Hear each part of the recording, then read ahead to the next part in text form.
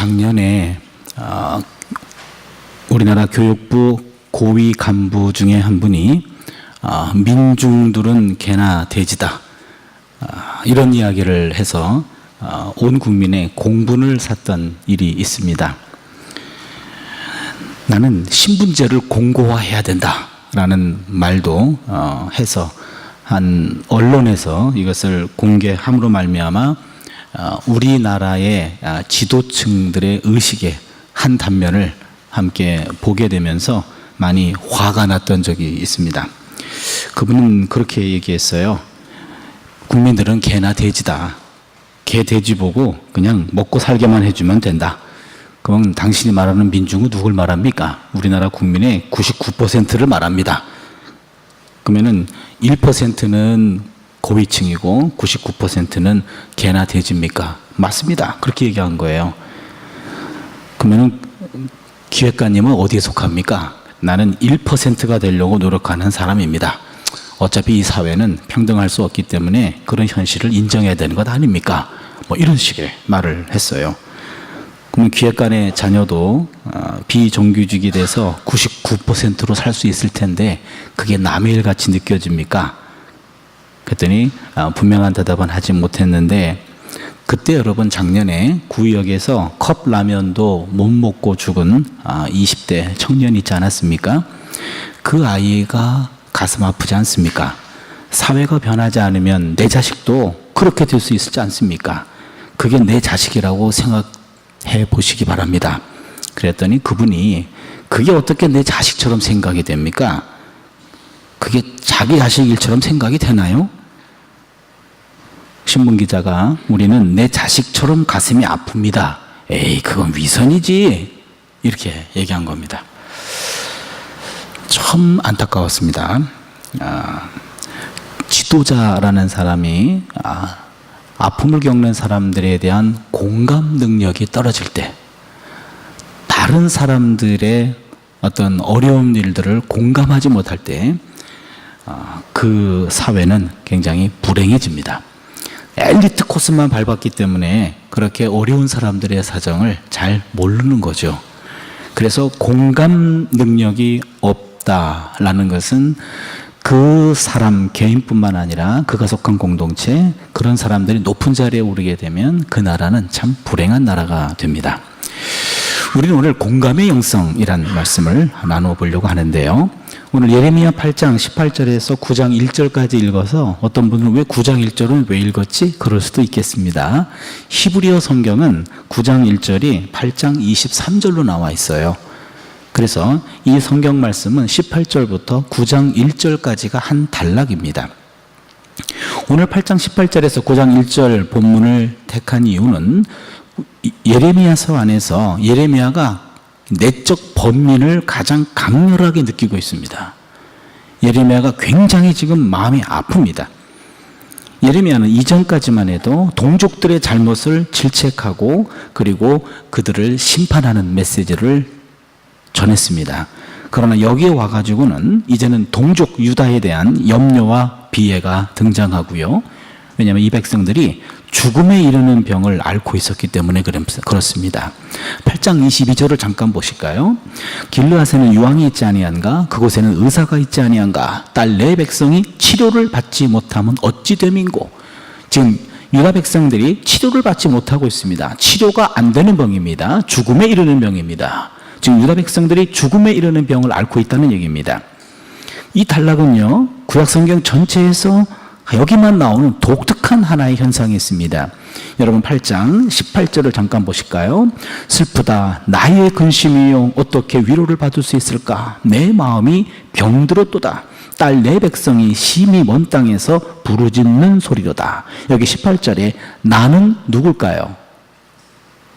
여기 있는 나는 예레미야를 말합니다. 예레미야가 지금 내 마음이 어떻게 위로를 받을 수 있을까? 내 마음이 병들었도다. 지금 굉장히 아파하고 있습니다. 그리고 19절에 야훼께서 시온에 계시지 아니한가? 그의 왕이 그 가운데 계시지 아니한가? 이거는 누구의 탄식이죠? 예, 여러분 새벽에 정신이 없으시죠? 예, 이 탄식은 포로로 끌려간 백성들의 탄식입니다. 야훼께서 시온에 계시지 아니한가? 그의 왕이 그 가운데 계시지 아니한가? 그리고는 그들이 어찌하여 그 조각한 신상과 이방의 헛된 것들로 나를 경노하게 하였는고. 여기 나는 누굽니까? 하나님이십니다. 여기는 하나님의 탄식이에요. 그럼 우리는 18절 예레미야 탄식, 그 다음에 19절에서 야훼께서 시온에 계시지 아니한가? 그의 왕이 그 가운데 계시지 아니한가? 백성들의 탄식, 그들이 어찌하여 그 조각한 신상과 이방의 헛된 것들로 나를 경록케 하였는고. 하나님의 탄식입니다. 그리고 20절을 보시면 추수할 때가 지나고 여름이 다하였으나 우리는 구원을 얻지 못한 한도다. 여기 우리는 누구를 가리킵니까? 백성들입니다. 예, 백성들의 탄식입니다. 21절 보세요. 딸 내 백성이 상하였으므로 나도 상하여 슬퍼하며 놀라움에 잡혔도다. 길라앗에는 유황이 있지 아니한가? 그곳에는 의사가 있지 아니한가? 딸 내 백성이 치료를 받지 못하면 어찌 됨인고? 어찌하면 내 머리는 물이 될고 내 눈은 눈물 근원이 될고 죽임을 당한 내 딸 백성을 위하여 주야로 울리로다. 여기서 나는 누굽니까? 예레미야입니다. 여러분 이젠 정신이 돌아오셨네요. 보세요. 예레미야가 탄식했고, 그 다음에 백성들이 탄식했고, 그 다음에 하나님이 탄식했고, 그 다음에 백성들이 탄식했고, 그 다음에 예레미야가 탄식했습니다. 여기 탄식을 보니까 맨 바깥쪽에는 예레미야, 안쪽에는 백성, 중심에는 하나님의 탄식이 나옵니다. 하나님의 탄식이 정중앙에 있고, 이거를 둘러싼 게 백성의 탄식이고, 맨 바깥쪽은 예레미야의 탄식입니다. 그런데 놀라운 것은요, 여기 나와 있는 이 삼중 탄식, 이 세 가지 탄식은, 이것은 예레미야 혼자 느끼고 있는 겁니다. 앞으로 유다 나라가 멸망하게 됩니다.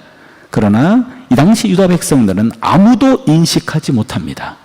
예레미야는 이 나라가 곧 망할 거다라는 건데 죽을 병에 이르렀음에도 불구하고 유다 백성들이 죽을 병에 걸린 걸 몰라요.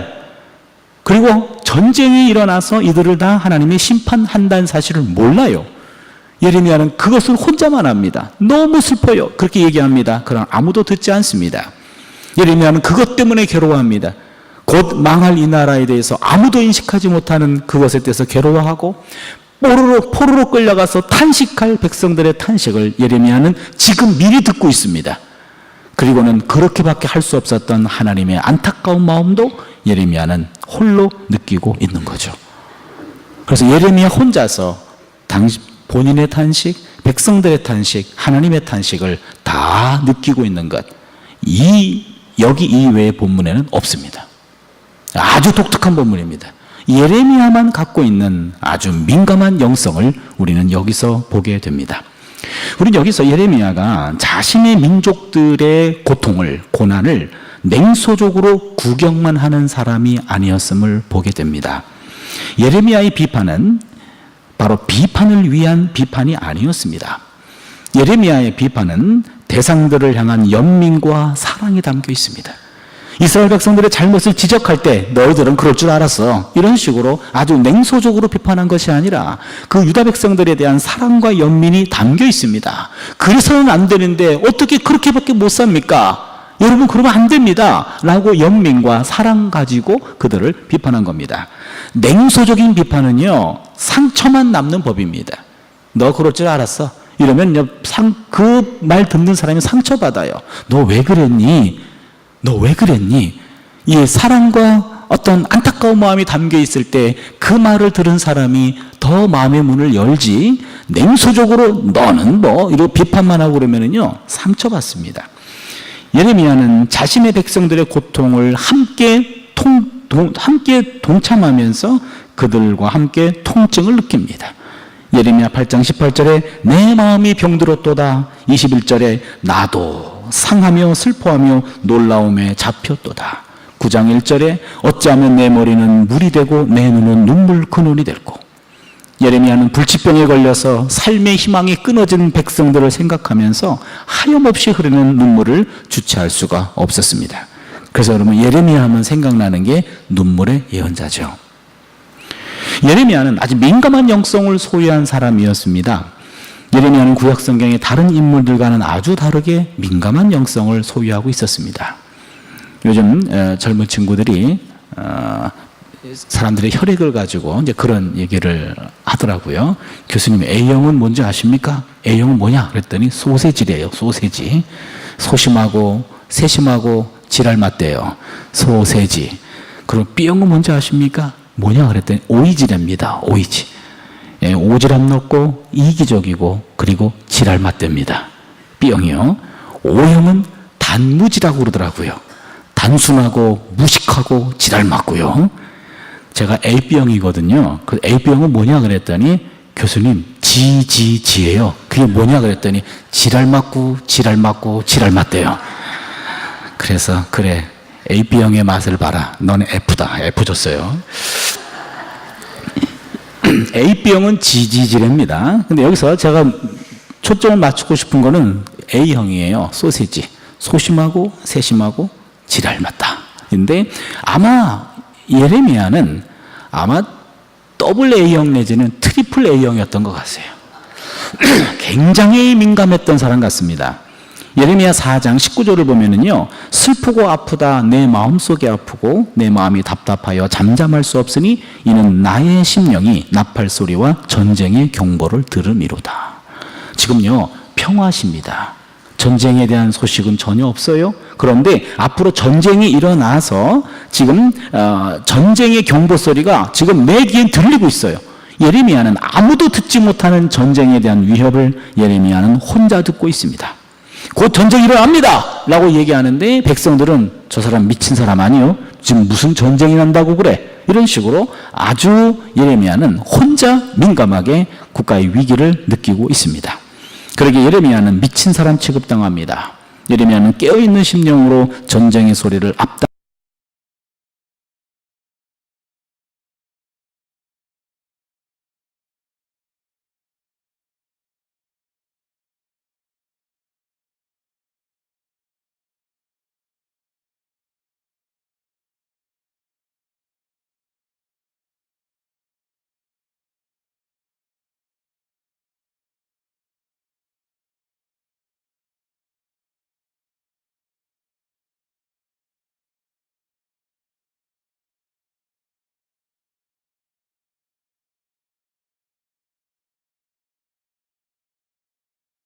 때문에 그래요.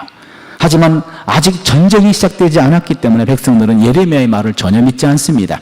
평화의 시기에 유다의 닥칠 멸망을 예레미야 혼자 느끼고 있습니다. 예레미야는 바벨론으로 끌려가는 백성들의 울부짖는 소리가 먼저 들려와요. 전쟁이 일어나지도 않았는데 전쟁이 일어났고 그 다음에 내 동족들이 바벨론으로 끌려갈 때 그 울부짖는 소리를 지금 듣고 있습니다. 동시에 우상 숭배로 인하여 자신의 백성을 심판할 수밖에 없었던 하나님의 처절한 탄식도 들립니다.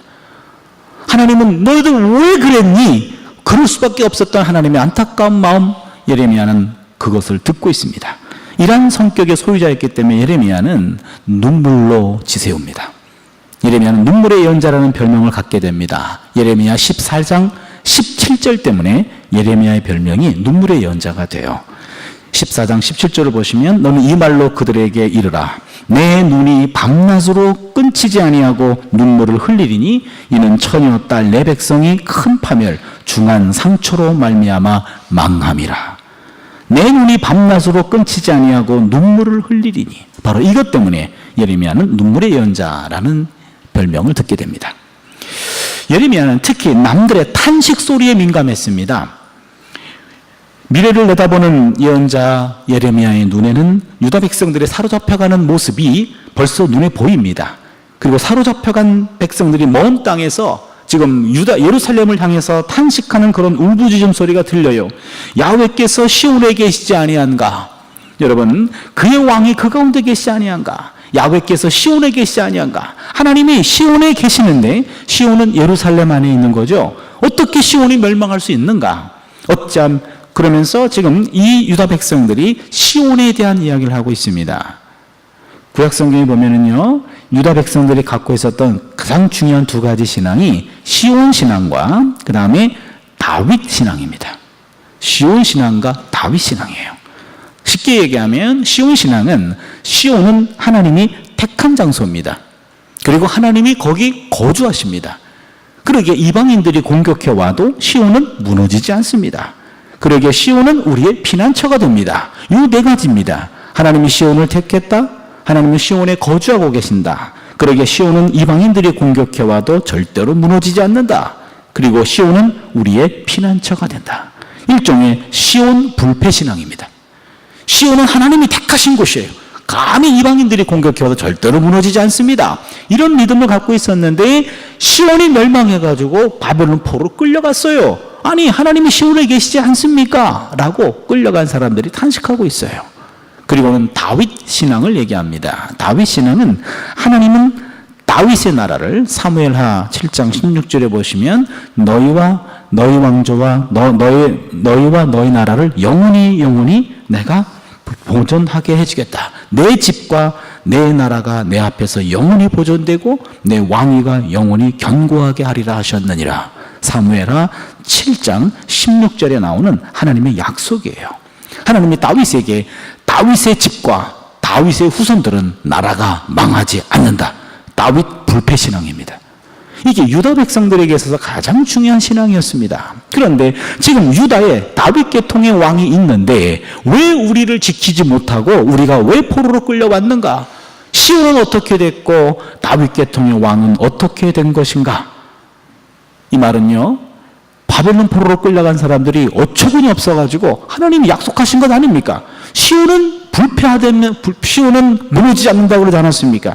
다윗 계통의 왕조는 무너지지 않는다고 하지 않았나요? 근데 왜 우리가 이렇게 나라가 망해서 끌려와 있습니까?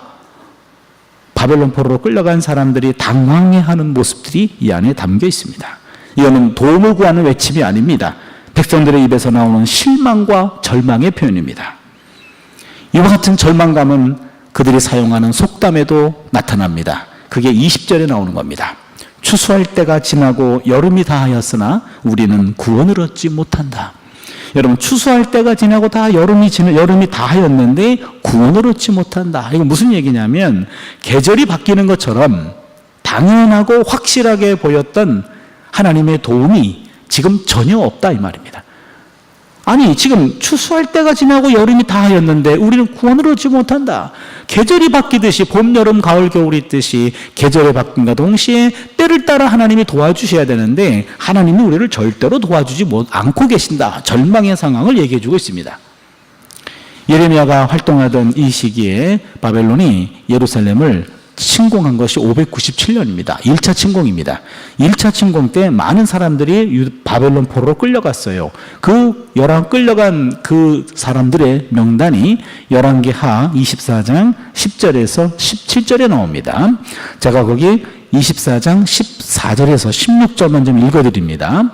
그가 또 예루살렘의 모든 백성과 모든 지도자와 모든 용사 10,000명과 모든 장인과 대장장이를 사로잡아가매 비천한 자 외에는 그 땅에 남은 자가 없었더라.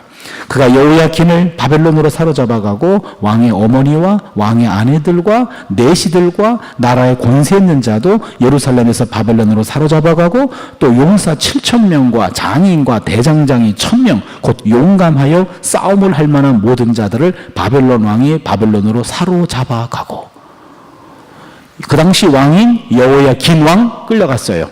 여호야킨 왕의 어머니도 끌려갔습니다. 왕의 아내들도 끌려갔습니다. 환관들도 끌려갔습니다. 그 당시에 권세 있는 자들도 끌려갔어요. 그 당시에 고위층들, 상류층들, 기술자들 다 끌려갔습니다. 바로 이때 끌려간 사람들이 하는 말이 바로 야훼께서 시온에 계시지 아니한가, 왕이 예루살렘에 계시지 아니한가, 그런 고백입니다. 바벨론 포로로 끌려간 사람들, 그 당시 사람들의 상황을 잘 보여주는 게 에스겔이라는 선지서에 나오는 내용입니다. 예레미야와 에스겔은 동시대에 활동했어요. 에스겔은 바벨론에 끌려갔다가 거기서 예언자로 소명받은 사람이잖아요. 그때 에스겔 8장 12절을 보면은요, 야훼께서 우리를 보지 아니하시며 이 땅을 버리셨다. 바벨론 포로 끌려간 사람들의 마음을 대변해주고 있습니다. 에스겔 33장 10절을 보면 우리의 허물과 죄가 이미 우리에게 있어 우리로 그 중에서 쇠퇴하게 하니 어찌 능히 살리요. 좌절했습니다. 바벨론 포로 끌려간 사람들은 한식하고 있고 좌절하고 있고 그리고 절망합니다. 에스겔 37장 11절 우리의 뼈들이 말랐고 우리의 소망이 없어졌으니 우리는 다 멸절하게 되었도다. 끌려간 사람들은 탄식과 좌절과 절망 속에서 지금 슬픔의 나날들을 보내고 있습니다. 예레미야의 마음을 아프게 한 것은 동족들이 겪는 절망적인 상황뿐만 아니라 당신의 백성을 이렇게 내칠 수밖에 없는 하나님의 안타까운 마음입니다. 하나님도 그 상황을 보면서 그렇게밖에 할 수 없었던 하나님의 그 아픈 마음을 예레미야는 느끼고 있어요. 백성들은 야훼께서 자신들을 버렸다라고 절망적으로 이야기합니다. 그러면서요, 여러분 예레미야 애가라는 책이 있잖아요. 나라가 망한 다음에 부른 슬픔의 노래가 애가입니다. 그 애가에 보면은요, 애가 2장 1절, 5절, 8절 부분인데요. 슬프다 주께서 어찌 그리 진노하사 딸 시온을 구름으로 덮으셨는가. 이스라엘의 아름다움을 하늘에서 땅에 던지셨으며 그의 진노의 날에 그의 발판을 기억하지 아니하셨도다. 심판의 날에 발판이라는 말은요, 법궤를 말합니다. 법궤. 하나님의 법궤를 기억하지 않았다. 법궤가 이때 파괴됩니다. 주께서 원수같이 되어 이스라엘을 삼키셨으며 모든 궁궐을 삼키셨고 견고한 성들을 무너뜨리사 딸 유다의 근심과 애통을 더하셨도다. 나라가 망했을 때 상황을 다 보여주고 있습니다. 여호와여 보시옵소서. 주께서 누구에게 이같이 행하셨는지요. 여인들이 어찌 자기 열매 곧 그들이 낳은 아이들을 먹어오며. 여러분 587년에요 어머니들이 먹을 게 없어서 자기 아들을 삶아 먹었습니다. 그리고 아들은 힘없는 아버지를 삶아 먹었습니다. 이 당시가 바로 나라가 망했을 때 587년 상황입니다. 제사장들과 선지자들이 어찌 주의 성소에서 죽임을 당하오리까. 성소에서 제사장들과 선지자들이 바벨론 군대의 칼날에 무참히 죽임을 당했습니다. 이러한 멸망, 이 유다 멸망은 하나님에게도 충격적이었습니다. 그럴 수밖에 없도록 너네들이 우상을 숭배하고 잘못 살았기 때문에 그럴 수밖에 없었다는 얘기예요. 하나님은 심판을 즐기시는 분이 아닙니다. 우리 하나님은 어쩔 수 없이 그들을 버릴 수밖에 없는 이유를 밝히면서 더 괴로워하십니다. 그게 8장 19절 아까 읽었죠? 그들이 어찌하여 그 조각한 신상과 이방의 헛된 것들로 나를 경노하게 하였는고. 나도 그러고 싶지 않지만 너희들이 우상을 숭배하고 아무리 예언자를 통해서 돌아오라고 말해도 너희들이 듣지 않아서 결국에는 망할 수밖에 없는 그런 지경에 이른 거에 대해서 나도 안타깝다, 그런 얘기입니다. 하나님은 예루살렘 성전을 적에게 내어놓을 수밖에 없는 그런 현실을 매우 고통스러워하십니다. 하나님이 주도적으로 성전을 떠난 게 아닙니다. 성전에서 밀려난 거예요. 에스겔 8장 6절에서 그 점을 얘기합니다. 그가 또 내게 이르되 인자야 이스라엘 족속이 행하는 일을 보려냐? 그들이 여기에서 크게 가증한 일을 행하여 나로 내 성소를 멀리 떠나게 하느니라. 하나님이 성전에서 밀려난 거예요. 하나님은 시온 성전에 거하고 싶으셨습니다. 그러나 예루살렘 성전에 유다 백성들과 그 당시 장로들과 지도자들이요, 예루살렘 성전에서 우상을 숭배하고 있었습니다. 한두 가지 우상이 아닙니다. 에스겔 8장에 보면은요, 담무스 여신을 섬기고요, 온갖 곤충과 가축들의 그림을 예루살렘 성전에 그려놓고 숭배했고요. 그리고 그들이요, 또한 예루살렘 성전 안에서 하나님을 등지고 동방태양신을 숭배하기까지도 합니다. 하나님 앞에서. 이러한 우상 숭배가 절정에 이르자 하나님이 성전을 떠날 수밖에 없었고 성전에서 밀려난 겁니다. 성전에서 밀려나자 이제는 하나님의 부재입니다. 하나님의 부재하는 성소는 더 이상 성소가 아닙니다. 그냥 건물입니다. 그래서 하나님은 밀려나면서 어찌하여 너희들이 나를 밀어내는고 하고 슬퍼하며 성전을 떠났던 겁니다.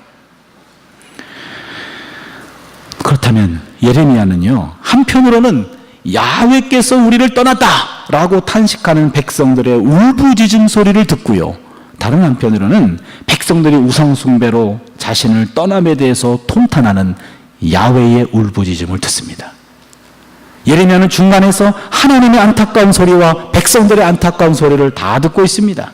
여러분, 예언자는 하나님과 백성 그 사이에 서서 하나님의 말씀과 백성들의 말 두 가지를 다 듣고 있습니다.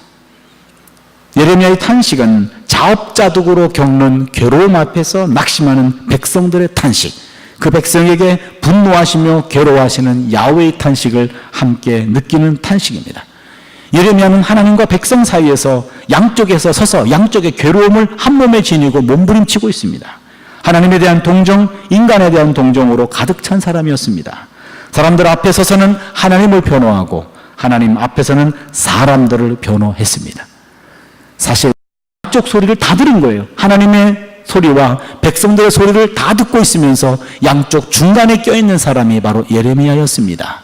여러분, 소리는요, 청각의 문제가 아닙니다. 관심의 문제입니다. 뉴욕시의 도시 청년과 인디안 청년이 뉴욕 한 복판에서 만났습니다. 여러분, 뉴욕 가보시면 아시겠습니다만 아주 시끄러운 도시입니다. 소음이 장난이 아닙니다. 뉴욕 도시는 아주 시끄러워서 옆에 사람이 뭐라고 말해도 잘 안 들립니다. 뭐라고 할 줄 그래야 됩니다. 그렇게 시끄럽고 소음이 많은데 인디안 청년이 그 시끄러운 소음 도시에서 귀뚜라미 소리를 들어요. 골목을 돌아가더니 어느 벽에서 귀뚜라미가 울고 있는 것을 발견합니다. 시골 청년의 청력이 아주 발달해서가 아닙니다. 시골 청년이 동전 몇 개를 땅에 던지자 많은 뉴욕 사람들이 일제히 가던 길을 멈추고 동전 소리를 듣고는 어린아이들부터 그 돈을 줍느라고 아주 혼란스러웠습니다. 무슨 얘기입니까? 동전 소리는 들어도 귀뚜라미 소리는 안 들리는 겁니다. 음성은 단순한 소리가 아닙니다. 관심입니다. 관심이 있으면 들리는 겁니다. 귀뚜라미와 곤충과 자연에 대한 관심이 없기 때문에 자연의 소리는 안 들립니다. 돈에는 관심이 있기 때문에 돈 소리는 들립니다. 바로 인디안 청년은 자연에 대한 관심 때문에 귀뚜라미 소리가 들렸고, 뉴요커들은 돈에 대한 관심 때문에 동전 소리만 들리는 겁니다. 관심이 있어야 하나님의 음성도 들을 수 있고, 관심이 있어야 들어야 할 음성을 듣게 됩니다. 하나님에게 민감해야 하나님의 음성이 들려오고, 사람들의 마음에 민감해야 그들의 마음속에 있는 신음소리가 우리에게 들려오는 겁니다. 이와 같이 하나님의 아픔과 백성의 아픔에 민감한 것이 예레미야만 가지는 독특한 영성입니다. 얼마나 많은 사람들이 하나님의 고통과 백성의 고통을 함께 느낄 수 있을까요? 오늘날에도 하나님의 마음과 주변 사람들의 마음을 제대로 헤아리는 예레미야의 영성이 절실히 필요합니다. 우리 교회 안에서도 우리 교회를 향한 하나님의 그 안타까운 마음과 동시에 교회 안에서 들리지 않는 탄식 소리와 신음 소리와 그 아픔의 소리를 여러분 듣고 계십니까? 바로 우리 이런 것을 공감의 영성이라고 말합니다. 공감의 영성이란 하나님의 마음을 공감하고 사람들의 마음을 공감할 수 있는 것, 그게 공감의 영성입니다. 공감의 영성은 하나님을 먼저 만난 사람들에게 요구됩니다. 베드로전서 3장 8절로 9절을 보면 마지막으로 말하노니 너희가 다 마음을 같이하여 동정하며 형제를 사랑하며 불쌍히 여기며 겸손하며 악을 악으로 욕을 욕으로 갚지 말고 도리어 복을 빌라. 이를 위하여 너희가 부르심을 받았으니 이는 복을 이어받게 하려 하심이니라. 다 마음을 같이하여 동정하라는 겁니다. 서로가 서로의 마음을 좀 공감하라는 거예요. 유대인 철학자 아브라함 햇셀이라는 사람이 예언자를 이렇게 정의했습니다. 예언자의 예언자됨은 미래를 내다보는 데 있지 않고 지금 여기에 있는 하나님의 열정을 꿰뚫어 보는 데 있다. 스토아파 성인들에게는 냉정이 이상적인 상태라면 예언자들에게는 공감이 이상적인 상태이다. 철학자들에게는 이성이 필요합니다. 냉철한 이성이 필요합니다. 그러나 예언자에게는요, 공감이 필요합니다. 지금 이 땅을 향한 하나님의 열정을 꿰뚫어 볼 수 있고, 그리고 사람들의 마음을 공감할 수 있는 것, 이게 바로 예언자의 영성이고 예언자의 능력이라는 겁니다. 공감은 우리 마음에 흐르는 눈물과 피를 치료해 줍니다. 공감은 값싼 동정이 아닙니다. 슬픈 연민도 아닙니다. 공감은 눈높이를 맞추는 겁니다. 함께 느끼는 겁니다. 그러기에 공감 지수가 영성의 기준이기도 합니다. 하나님과 가까운 분들은요, 하나님하고만 가까우면 안 됩니다. 하나님에게만 민감하면 안 됩니다. 사람들에게도 민감해야 됩니다. 그리고 사람들의 마음도 헤아릴 수 있어야 되죠. 말하지 않고, 그리고 그 마음 깊은 곳에서 슬픔과 아픔과 탄식 소리가 그게 느껴져야 되는 겁니다. 그게 느껴져야 하나님의 마음도 우리가 함께 느낄 수가 있는 겁니다. 공감을 간단하게 말하면 하나님의 마음과 백성의 마음을 함께 느끼는 겁니다. 그렇기 때문에 어떻게 보면 공감력이 곧 영성이라고 할 수 있습니다. 공감력이 없으면 영성이 없는 거라고도 말할 수 있습니다. 예레미야가 가지고 있었던 이 공감의 영성을 우리가 가질 수 있다면 가정과 교회 그리고 직장에서도 이 사람 저 사람의 중간에서 양쪽의 마음을 모두 느끼게 됩니다. 그리고는 화해의 자리로 이끌 수 있지 않을까요? 서로의 마음을 감지해낼 수 있는 공감지수, 이것이 바로 공감의 영성입니다. 그것이 바로 사람들의 영성의 깊이를 잴 수 있는 하나의 척도가 될 수 있습니다. 그래서 하나님과 세상의 중간에 끼어있는 우리의 신앙인들은요, 세상을 향해 아파하시는 하나님의 마음, 세상 사람들의 애통해하는 마음, 그것을 함께 공감할 수 있어야 됩니다. 그럴 수 있는 사람이 곧 하나님의 열정을 꿰뚫어 볼 수 있는 마음의 눈을 가진 사람들이고요, 하나님의 소명을 받은 사람들입니다. 하나님의 소명을 받은 사람들은 내가 있는 그 자리를 향한 하나님의 그 열정을 느끼고 하나님의 마음을 느끼고 또한 그 주변에 있는 사람들의 그 마음을 내가 공감해서 양쪽을 화해시키고 양쪽을 소통케 하고 양쪽을 이어주는 역할, 이게 바로 공감의 영성을 가진 사람입니다. 그래서 히브리서에서는요, 공감에 대한 강조하는 말로 처지를 이해하여 가엾게 여긴다 라는 뜻을 가진 체휼이라는 단어가 나옵니다. 체휼. 히브리서 4장 15절이죠. 우리에게 있는 대제사장은 우리의 연약함을 체휼하지 아니하는 자가 아니요 모든 일에 우리와 한결같이 시험을 받은 자로 돼 죄는 없으시느니라. 이게 개역 한글판이고요. 개역 개정판에서는 체휼이라는 말을 다른 말로 바꿨더라고요. 이건 조금 아쉽습니다. 체휼. 예수님께서는요, 체휼하셨습니다. 체휼. 무슨 말입니까? 남의 처지를 이해해서 가엾게 여긴다는 겁니다. 예수님은 늘 내 마음을 좀 이해해달라고 하지 않으셨고 상대의 마음을 이해하려고 노력했어요. 상대의 마음의 아픔을 이해하고 가엾게 여기는 것, 바로 예수님의 마음이었고, 그러고 보면 예수님은 공감의 영성을 가진 분이었습니다. 기독교 사상이라는 잡지에서 제가 찾아 읽었던 한 내용을 함께 좀 나누면서 말씀을 좀 정리해 보려고 합니다. 사막에서 전투를 벌이고 있었던 한 부대가 있었습니다. 사막입니다. 큰 위기에 처하고 말았습니다.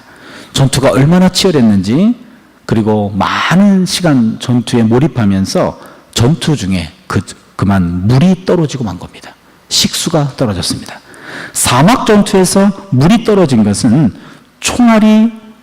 총알이나 양식이 떨어진 것 이상으로 위험한 상황입니다. 갈증 때문에 모두 쓰러질 지경이었습니다. 지금 너무 오랜 시간 동안 물 한 방울 먹지 못해서, 그리고 전쟁 중이어서 그 긴장 속에서 물 먹을 수 있는 시간도 없고 물도 없었기 때문에 갈증 때문에 이제 거의 쓰러질 지경이었습니다. 그때 한 병사가 총알이 빗발처럼 쏟아지는 위협을 뚫고 기어가 어디선가 물을 구해왔습니다. 동료들을 살리기 위해서 놀라운 희생정신을 발휘한 겁니다. 그런데 그가 구해온 그 물은 많지 않았습니다. 수통 하나입니다. 저는 군대를 안 갔다 와서 잘 모르겠는데요, 수통이 아마 크진 않을 것 같은데요, 수통 하나에 물을 구해왔습니다. 근데 절박하게 물을 기다리고 있는 군인들은 30명이었습니다. 그 30명의 군인들이 사막에서 전투를 벌이며 갈증으로 지금 막 쓰러질 지경인데, 그 30명의 갈증을 해소하기 위해서 가져온 물은 수통 하나.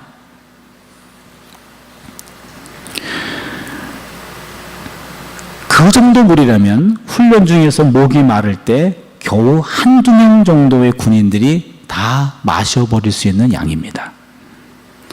수통 하나의 물을 가지고 부대원들이 서로 돌아가면서 마십니다. 모두들 한 모금씩 마셨답니다. 그런데 두 모금을 마신 사람이 딱 한 명 있답니다. 그가 누굴까요? 물을 떠온 사람일까요? 아니면 소대장일까요?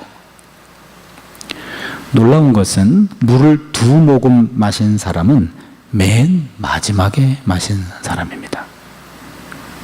무슨 얘기입니까? 30명의 부대원들이 수통 하나의 물이 왔는데 내가 지금 갈증 때문에 죽을 것 같아요. 그런데 부대원들은 30명, 수통 하나 돌아가면서 한 모금씩만 마신 겁니다. 내가 이거를 두 모금 마시면 맨 뒤에 있는 우리 부대원들은 못 마실 수도 있어요. 그러기에 최소한 한 모금 떨어뜨렸고, 그리고 한 모금 떨어뜨렸고, 나머지 부대원들의 갈증을 공감하는 마음에 한 방울씩만 먹었던 겁니다. 결국에 맨 마지막에 있었던 부대원은 못 마실 줄 알았는데 두 방울이 남아 있었던 거죠. 그거를 부대원들이 본 거예요. 보면서 그 부대원들끼리 나를 위해서 죽어줄 수 있는 사람이 저 사람이구나. 내 마음을 이해해 주는 사람이 저 사람이구나. 그 사건을 목격한 그 부대원들이 사기가 중천해가지고요, 적군을 물리쳤고 승리로 이끌었다라는 이야기입니다. 무엇을 얘기할까요? 사막에서의 수통 이야기. 나 혼자 다 마셔도 갈증을 해소할 수 없는 그 상황에 바로 또 다른 사람들의 그 고통을 내가 공감하면서 나의 것들을 한 방울로 만족했던 사람들, 바로 그런 사람들이 내 동료라고 하면 우린 거기서 큰 힘을 얻을 수 있지 않을까요? 수통 하나의 기적으로 바로 상대를 배려하고 상대를 공감했던 그런 마음이 그 전쟁을 승리로 이끄는 하나의 계기가 되었다는 겁니다. 최희동 목사님이라고 교회가 주는 물은 맑습니까? 라는 책을 썼던 아주 젊은 목사님 한 분이 계십니다. 이분이 이런 글을 남기셨습니다. 당신은 왜 자꾸 하늘만 바라보고 있습니까? 당신이 믿는 예수님은 하늘의 자리를 버리고 이 땅에 내려와 가난한 이들과 병든 세상을 돌보시다가 십자가에 달려 죽으셨는데 말입니다. 아직도 당신의 가난한 이웃은 차가운 땅에서 따스한 당신의 손길을 기다리고 있는데 남과 북으로 갈라진 이 민족은 당신의 평화와 통일의 외침을 바라고 있는데 하나님이 창조하신 자연은 사람들의 탐욕으로 파괴되어 가고 있는데 당신이 여전히 선녀처럼 하늘로 올라갈 생각만 하고 있구려. 이제는 앞만 보고 달리지 말고 사랑하는 이웃과 더불어 이 봄길을 걸어봐요. 그저 앉아서 하늘의 복만 구하지 말고 우리 함께 논밭을 일궈 씨를 뿌리고 땀을 흘려 일하는 농부가 되어 가을의 논과 밭이 아무것도 소유하지 않고 농부에게, 그리고 하늘을 나는 새와 산 짐승에게 모든 양식을 공평하게 나누어 주듯이 이웃과 더불어 얻은 양식은 내 것이 아니라 하늘의 것이라고 여기며 나누어 주어요.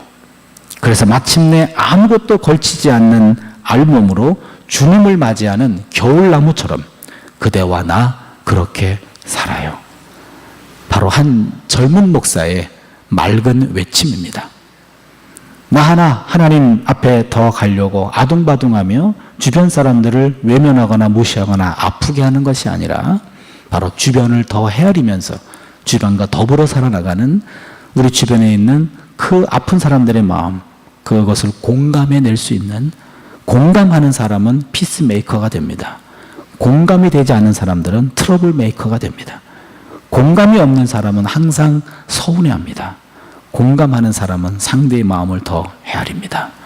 여러분, 예레미야가 가졌던 공감의 영성을 우리 마음속 깊은 곳에 다시 한번 새기면서 내가 있는 그곳에서 상대를 더 많이 그 마음을 이해해 줄 수 있는 그런 넓은 마음으로 하나님의 마음도 헤아리는 공감의 영성을 이 아침에 한번 깊이 생각하는 시간이 되었으면 좋겠습니다.